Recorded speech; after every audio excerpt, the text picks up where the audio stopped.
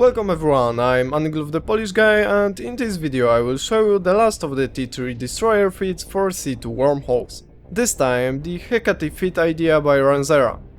So, this is probably both the worst feat and the hardest one to actually feat. The Hecate isn't really suited for PVE, even though it has the biggest damage, it has weak range and bonuses. Let's look at the feat itself and I will explain more. In the high slots, as always, we have a core probe launcher. The rest are 5 light neutron blasters, T2 with 1.5 km optimal, using void, or 3 km with null. But with reload time we're facing here, switching ammo isn't that viable except for certain situations.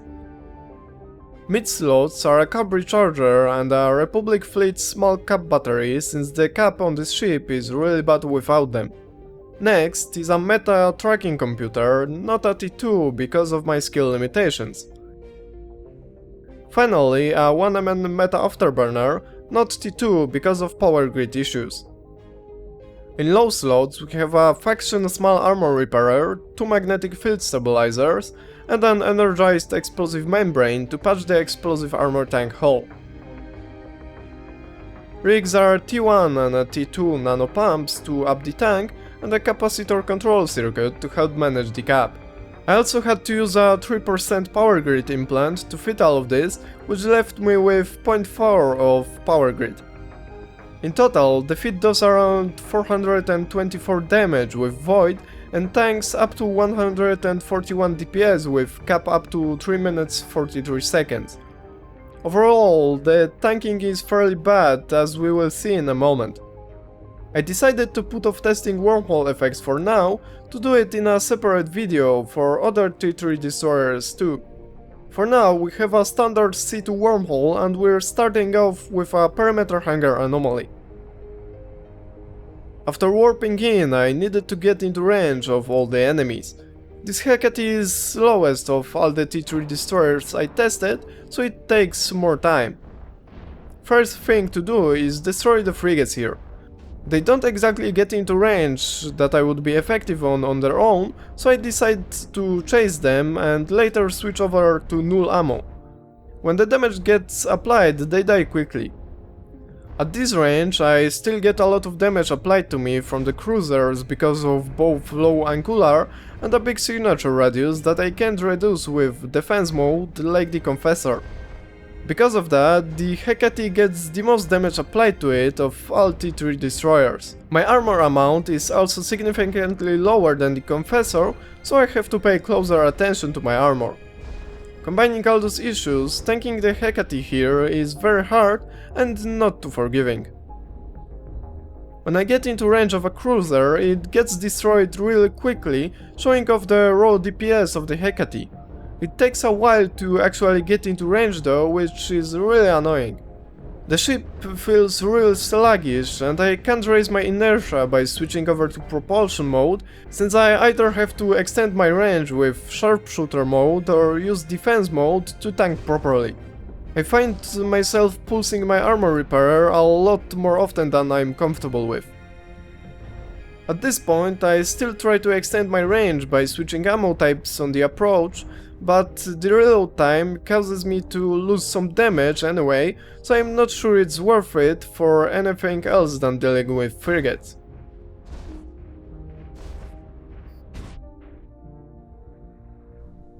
The next wave spawned really far away and all the enemies managed to some extent damage me.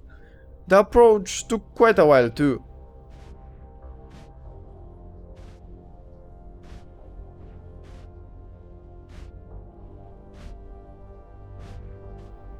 Actually getting to hit the battleship was a relief after around 3 minutes of closing in. My application here isn't the worst, and because of the DPS I don't have to wait as long as with other T3 destroyers. I still get a lot of damage applied from the cruisers though.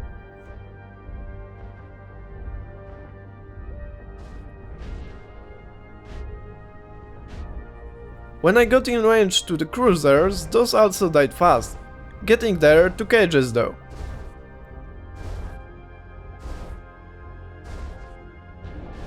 The next wave didn't spawn as far away as the last, but the distance still reduced my angular massively, also putting strain on my tank.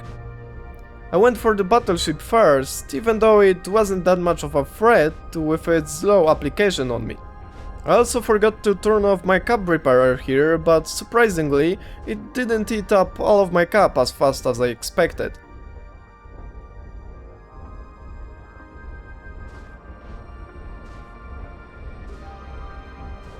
My tank at this point was somewhat struggling with the incoming DPS, and that quite concerned me.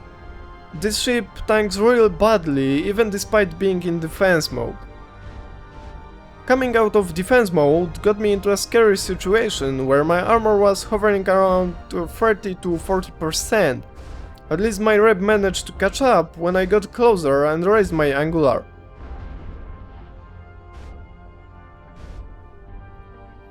At this point everything was dead and I came back to my MTU.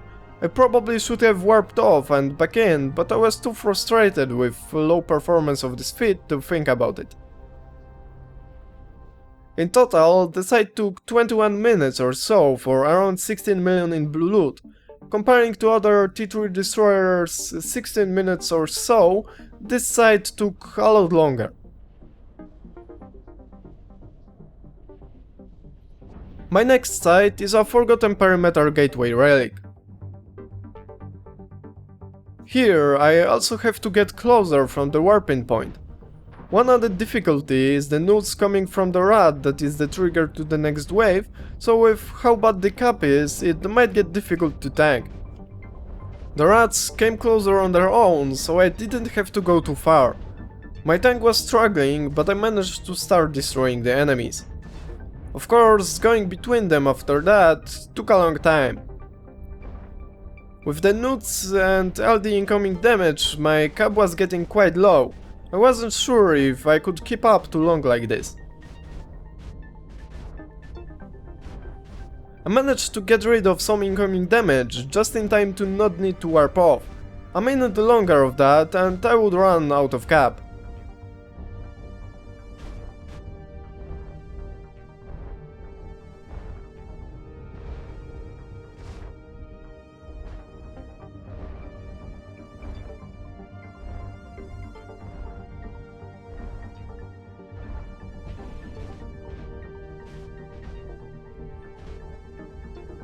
The next wave isn't too difficult since it doesn't contain any cruisers. The frigates have some newts, but with switching ammo types to null and mode to sharpshooter I can easily get rid of them.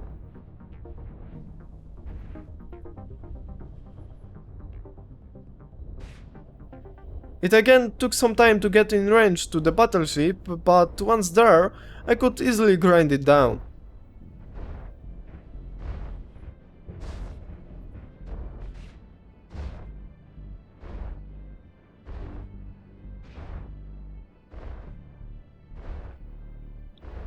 The last wave, again, isn't too bad since frigates I can kill easily and battleships aren't too dangerous to me, even though everything else has an easier time hitting me than all the other T3 destroyers I tested. Again, the bigger issue is moving between targets, since I can't do much then. I start being effective with my guns below 3 km range. When I'm in range, I do a lot of damage though. The most of all the tested destroyers. The issues outweigh the benefits though, and in total, the sites take much longer than with other ships. After destroying the last battleship, I noticed I almost ran out of ammunition. Initially, I took 3000 Void S and it was used up in 2 sites. I made 19 million ISK in around 23 minutes. So, let's summarize this feat. The Hecate, as expected, is the worst performing T3 destroyer in C2 wormholes. Despite the best damage, it has a hard time applying it between rats with very low effective range. The lowest speed of all also contributes to that by raising the time to get into range of rats. Switching ammo types for range control is also not viable compared to the Confessor. The capacitor is also in a bad position because the defense mode raises its usage by making the armor repairer cycle more, and it's also very susceptible to newts. The propulsion mode is entirely useless in this application because it doesn't add anything to the max speed and only affects micro warp drives that shouldn't even be used in speed tanking. Defense mode also doesn't reduce the signature radius, so even though it has the same signature as the Jackdaw, the biggest of the T3 destroyers, it has no way of reducing it, so it's effectively the easiest ship to apply damage to. I will compare all the T3 destroyers for PVE in more detail in a follow-up video, where I will also showcase them in a more favorable Wolf-Ride effect wormhole. My advice for now: don't fly the Hecate in C2 wormholes and get a Confessor instead. It has lower damage, but it can actually use it properly. Also, thanks to Ranzera again for sending me this feed. For now, that will be it, and I hope you learned something today. A follow-up video is coming as soon as I find a Wolf-Ride wormhole. Subscribe if you don't want to miss it and to be notified about my future uploads. Thank you all for watching, that's it from me today, see you next time!